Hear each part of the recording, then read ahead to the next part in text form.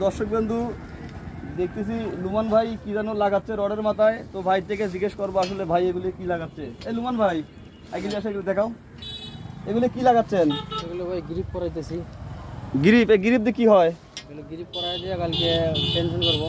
কালকে টেনশনিং করবেন? ওই জ্যাক আছে, ওই জ্যাক দিয়ে তার মানে এই গ্রিপটা হচ্ছে এদের ভিতরে এই ফুটের ভিতর ঢুকে যায়। হ্যাঁ। তারপরে এইটা আমরা মেশিন দিয়ে টান দিয়ে জাম করে দেন। জাম করে দেবো।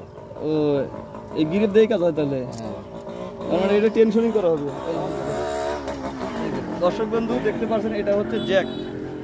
এই জ্যাক মেশিন মাধ্যমে আমাদের এখানে জ্যাক মেশিন ফিটিং করে হাইড্রোলিক প্রেসারের মাধ্যমে এই তারগুলো টানা হবে।